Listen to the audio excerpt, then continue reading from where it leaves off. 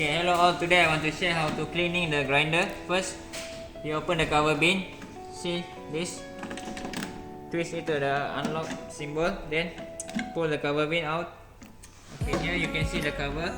Just twist like that. Then pull it out. And this one, the grinder blade. Make sure you pull it out. Okay, just like that. Then use your brush to cleaning the powder of coffee.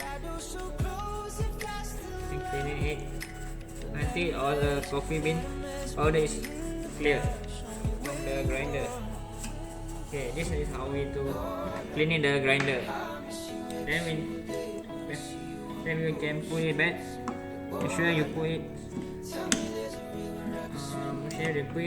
Same. Okay, same. Then put this. Okay. Then put the cover. That's all.